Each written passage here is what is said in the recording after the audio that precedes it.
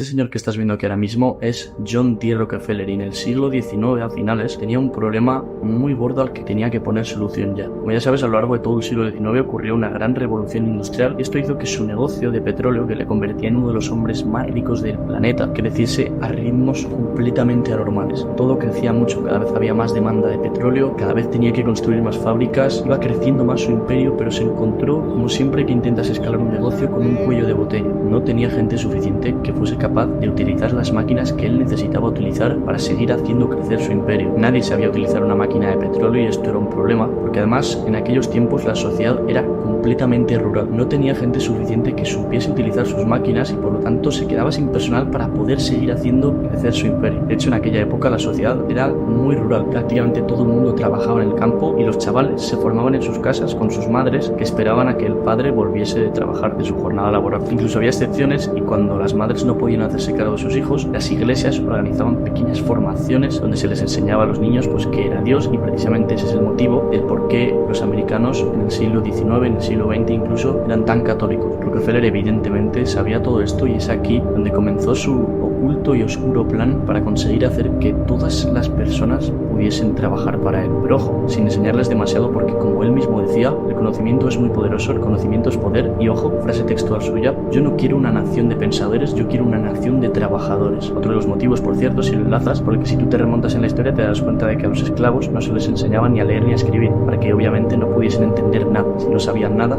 evidentemente todo les parecería bien. Entonces nos encontramos en un punto en el que Rockefeller quiere enseñar lo justo y necesario a millones de personas para que puedan trabajar para él, pero sin enseñarles demasiado para que estas personas no puedan pensar libremente y no sean capaces de hacerle competencia. Entonces lo que decide hacer es financiar el sistema educativo americano con más de 200 millones de euros. De cara al mundo él quedó como un santo. Ahora todos los padres podían llevar a estos colegios que él había construido de forma gratuita a sus hijos para que aprendiesen a leer, a escribir y para que pasasen de ser niños incultos que simplemente saben plantar zanahorias a poder pensar por sí mismos, pudiendo potencialmente, según se les decía, conseguir una vida mejor. En estos colegios que se expandieron por toda América y que Rockefeller construyó, él mismo decidió qué se les enseñaría y qué no, cómo deberían comportarse y cómo no, y absolutamente todo lo que tenían que saber hacer para poder trabajar para él. Un plan maestro si lo miras desde su punto de vista, pero si lo miras desde el punto de vista de los chavales, entran niños creativos con muchos sueños, muchas aspiraciones, muchas ideas en mente, muchos objetivos por